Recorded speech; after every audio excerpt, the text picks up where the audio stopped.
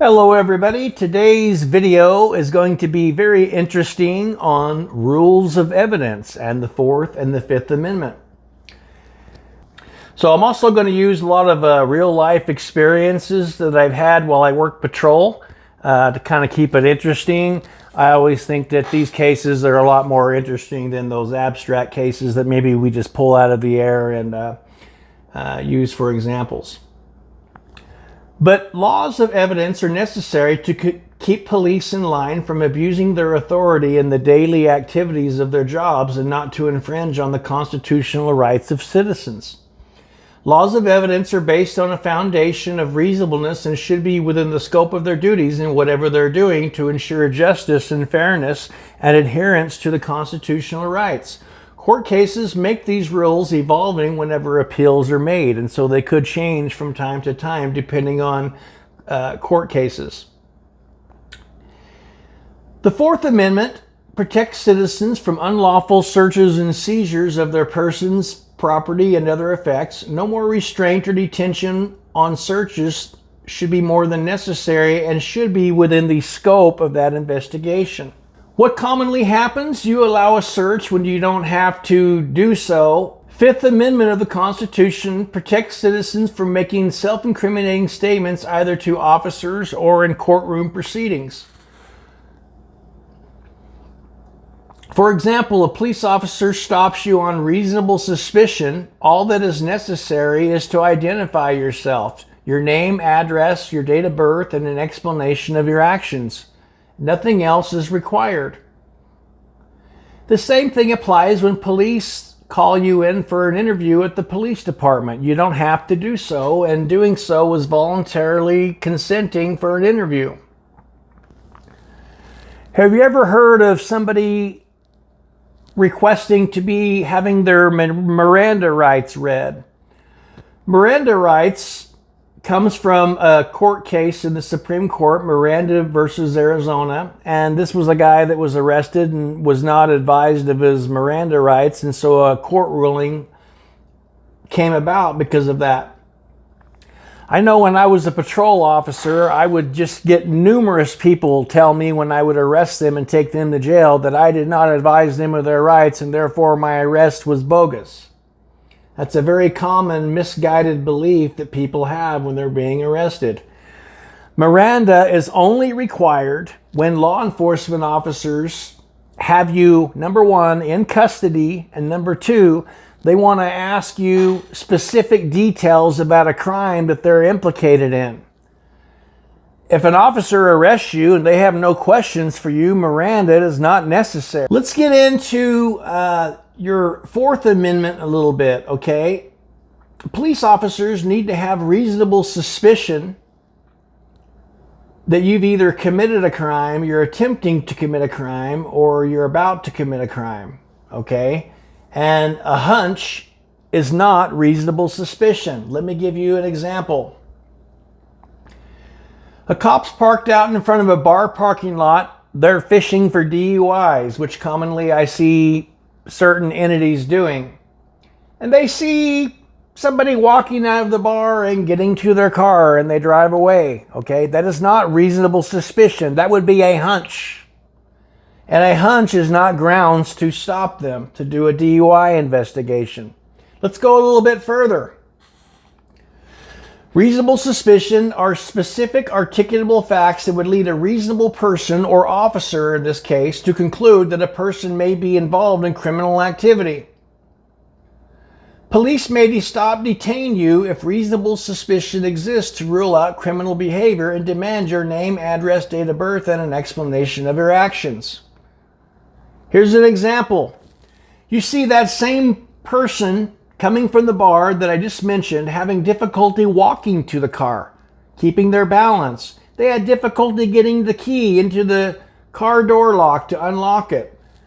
I would say this would be reasonable suspicion that that person was impaired, and that would be grounds in itself to stop that person and make an inquiry as to whether they were impaired before allowing them to drive. Me personally, I would probably wait until they got into the car and observe a traffic violation before stopping them. However, They wouldn't need to wait until they drove, but that would definitely be safer. The officer, based on that suspicion, could contact the driver and inquire as to why they had difficulty walking. And the officer is going to be looking for evidence to build probable cause. For example, are they observing an odor of an alcoholic beverage on their breath? Are they slowing their speech? Is it slow and slurred? Are they noticing glassy and bloodshot eyes? So let's say that they do a field sobriety test and that person has clues of impairment. Now that officer has probable cause for the arrest. Let's talk about voluntary conversations for a minute. A police officer can contact you in a public place or anywhere else without having reasonable suspicion, and they can have a voluntary conversation with you as long as you are a willing participant. And they can ask you any amount of questions they want to, and they often do that to form reasonable suspicion and probable cause. You may feel like you're being detained in these particular situations, but you're not. And if there's a question as to whether you are free to leave or not, you can ask the officer, am I free to leave? Am I being detained? Well, if they say, no, you're not, you're free to go, and you know that that is a voluntary conversation. Here's another thing officers do. They will come up and they say, hey, can I see your ID? They're asking for consent, probably. Again, you might want to say, is it necessary? Because I'm not consenting to any searches. If you're in doubt, always ask, am I free to leave or am I being detained? And if you're not, you can walk away. Now let's talk about plain view doctrine for a minute.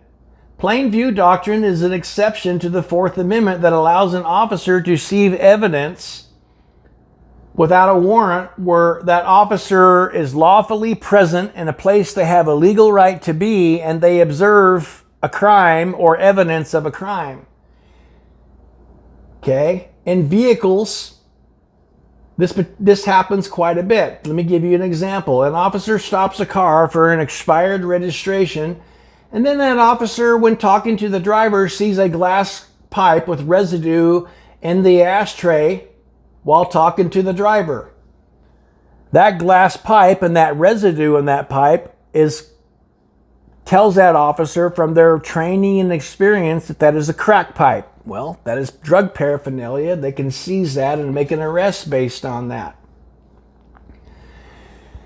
If this is a home, homes are deemed to be more protected from searches and seizures. And if this crack pipe was observed in a home, same rule would apply under the plain view doctrine, but they would need to get a warrant from a judge, and they could just call a judge and wake them up in the middle of the night, tell them about their observations of plain view, and a judge is going to give them a warrant to leave with that crack pipe. But the homes, it's not necessary. Let's talk about fruits of the poisonous tree doctrine. And basically what that is, that's evidence that is obtained unlawfully, and all evidence is not admissible in a criminal case and are grounds for filing a motion to suppress in a criminal proceeding with your attorney. So it's evidence that's unlawfully obtained. You're going outside and you're abusing those rules of evidence. Let me give you an example of this. An officer receives while he's on patrol an attempt to locate a vehicle, or also known as an ATL. Information the officer receives is that a red Honda Civic, no license plate given, possibly driving drunk or driving erratic. So this officer sees this red Honda Civic without observing any traffic violations, without observing any erratic behavior, initiates a traffic stop. And upon that traffic stop, the officer notices obvious signs of impairment. They smell an odor of an alcoholic beverage emanating from that driver's person. They see red and bloodshot and glassy eyes, and their speech is slurred and things like that. And so they do sobriety tests, and they have probable cause to make an arrest. Well, that whole case could be thrown out because there were fruits of the poisonous tree. And in this case, it would have been the officer didn't have probable cause for the stop, or reasonable suspicion for the stop. Maybe if there was a plate number, that might have been enough for suspicion. Maybe, maybe not. But there was no plate number, and there's a number of red Honda Civics out there. I think that could create a legal argument for an unlawful stop and grounds to have everything thrown out. Let me give you another example of this. You're doing a Terry stop, a frisk for dangerous weapons. A Terry stop is when a cop has reasonable suspicion or probable cause that you've committed a crime and you're in a public place. They can stop you and do a frisk for weapons if they reasonably believe that you are carrying a dangerous weapon in the name of safety for that officer or the safety of other officers. So while they're doing that pat down for weapons, they ask that person to remove their shoes. And then a bag of a white powdery substance, which that officer believes based on training and experience is cocaine, falls out of the shoe. And then they make an arrest for that drug charge. Well, that case can be thrown out because that was fruits of the poisonous tree. That officer went beyond a pat and search for dangerous weapons and was looking into areas where a weapon couldn't be hidden. Let's give you another example. The officer's on a traffic stop. They have you exit the car and they're searching for a shotgun that was used in a brandishing on a road rage case. The officer has you exit the car, and while they're searching for a shotgun, they're looking into the glove box and the ash trays and the console areas, which obviously a shotgun cannot be placed in, so they're going beyond the scope of their search. And they don't have any grounds to arrest. They're just looking for a particular shotgun that reportedly was used, and that was all they had. But when they look into this glove box, they find a white powdery substance, which through that officer's training and experience, they believe to be cocaine. That can be thrown out. And any evidence that's obtained after that can all be thrown out because violation of that fruits of the poisonous tree doctrine. Now let's talk about evidence. There's direct evidence and indirect evidence or circumstantial evidence. Direct evidence is the strongest evidence, and that's typically first-hand knowledge. For example, eyewitness testimony. Somebody saw something with their own eyes or their own ears. They heard something. Maybe video evidence, confessions, and admissions to crimes are examples of direct evidence. Circumstantial evidence is weaker than direct evidence. Indirect evidence, circumstantial evidence, does not on its face prove a fact, but gives an inference that a fact may exist. For example, an officer goes on an assault case, a victim has been punched in the face. There are several males standing around this school ground where this occurred. And then the officer noticed that one of the males had red fists, even though everybody in that crowd denied seeing anything or being involved. That red fist might be consistent with punching. On itself, that's not reasonable suspicion or probable cause. But let's say that officer asked him, "Hey, why are your knuckles red?" And that person admits to being responsible for that assault. Now there's probable cause to make an arrest. Let's give you another example. Let's say that there's an attempted car theft that was reported. The ignition was damaged. Something was stuck in there while they were trying to start the car. And while you're leaving the area, you see a male carrying a screwdriver into his hand. Well, that would be circumstantial evidence that that person may be involved in that attempted auto theft. But it doesn't prove it. The officer, I think that's reasonable grounds to stop them and ask them because they're in the vicinity of the crime and a short distance in time, and they're having an object that's consistent with attempted auto thefts or burglary tools. And let's say that officer, during that inquiry, that person admits to being at the scene of the crime and attempting to steal that car. That would be probable cause for an arrest. There's such a term called totality of the evidence.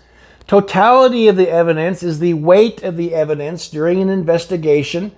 It's a consideration of all known facts and evidence that brings a case to a logical conclusion whether or not a crime has occurred or not. Totality of evidence could be a bunch of items of circumstantial evidence and a combination of maybe direct evidence that would reach that conclusion.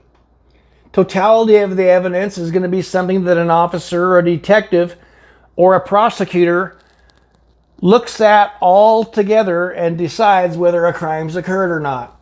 Now let's talk about chain of evidence. Chain of evidence is means in maintaining the integrity of evidence in a criminal proceeding. So let's say that evidence switches hands.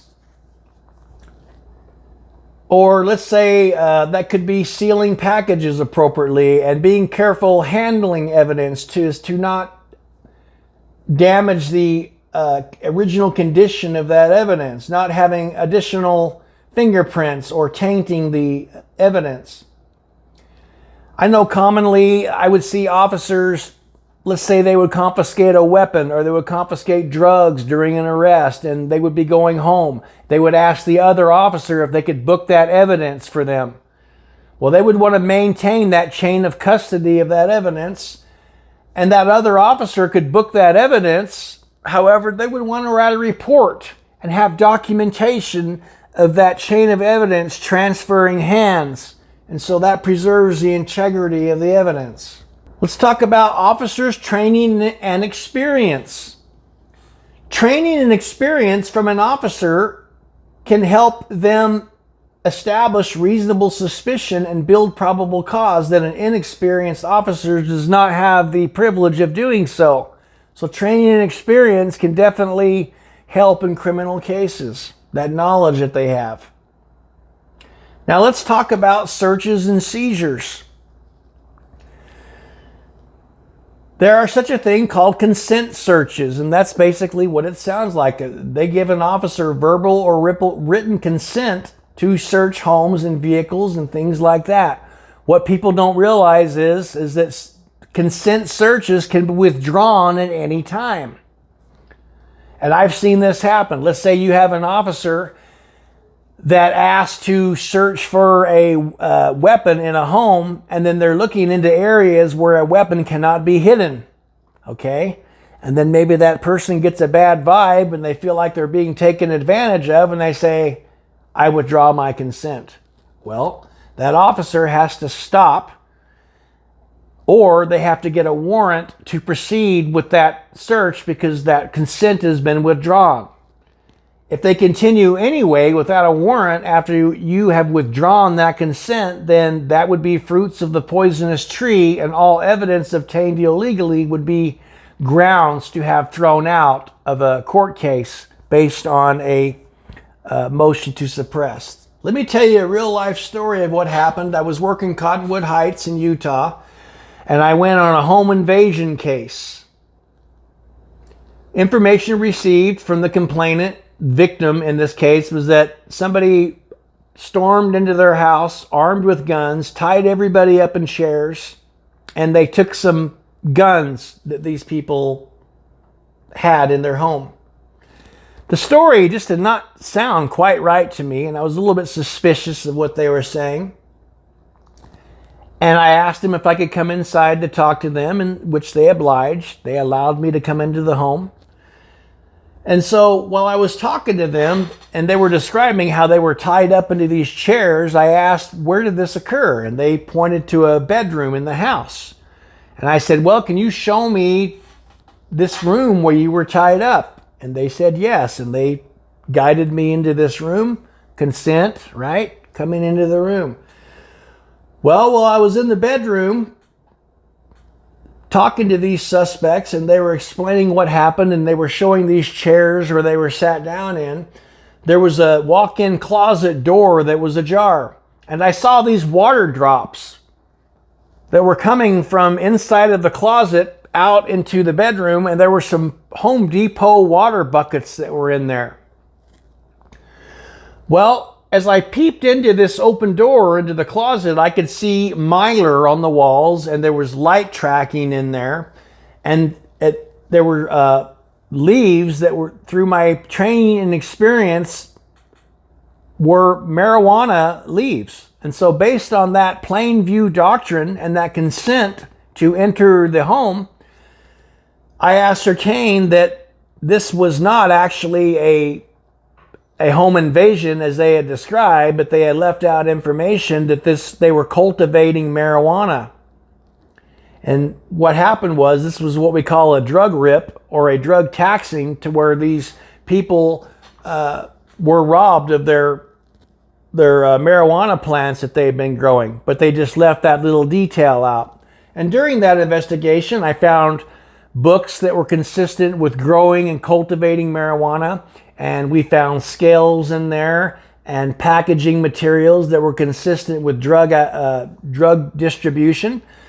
And so these home victims were arrested for cultivation and distributing controlled substance, marijuana in this case.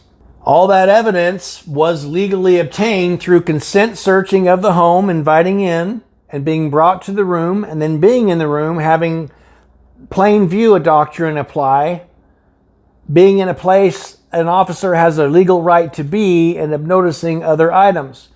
And because this was in a home, you would need to get a search warrant from a judge, and that's not a problem, and that's going to preserve your case from being thrown out, because homes, the Supreme Court has held that if you have this plain view doctrine and you have consent, warrants should be obtained in homes. Vehicles, no, because vehicles are moving, they have wheels on them, and so that warrant requirement would not be required on vehicles. Now, there is exigent circumstances doctrine. Let's talk about that. This is an exception to the Fourth Amendment rule. Exigent circumstances exist when somebody is in danger or evidence may be destroyed, or you have a fleeing felon, something like that.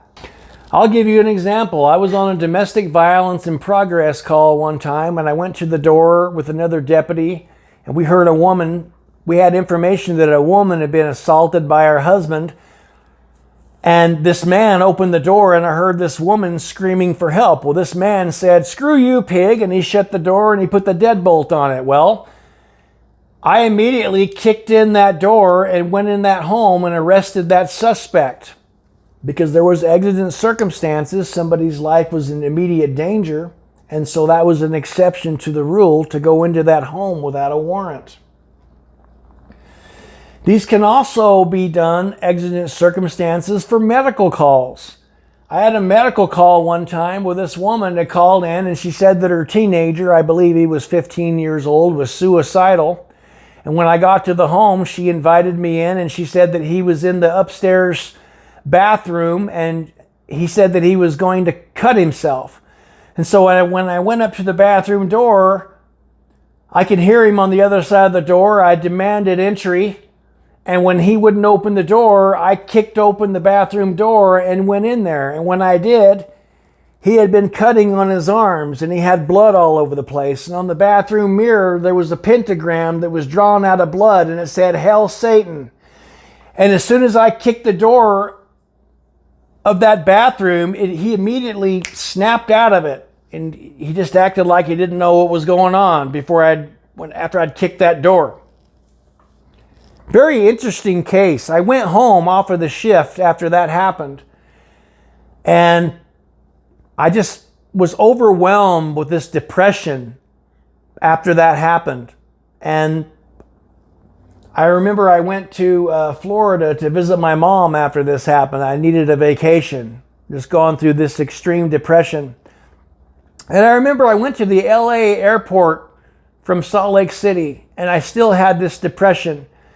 And then when we went to Florida, I remember I was going across Georgia, and this depressed feeling seemed to leave me. And then when I got down to Florida to visit my mom, all this depression went away. I believe that that demon, that evil spirit that was in that person, transferred into me when I kicked open that door.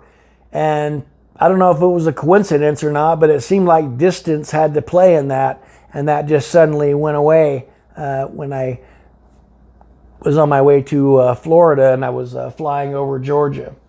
Okay, that is all I have for search and seizure. I hope you like this video. If you have any other videos that you would like me to do, please request it. I'm happy to do these to educate everybody. Thanks for watching.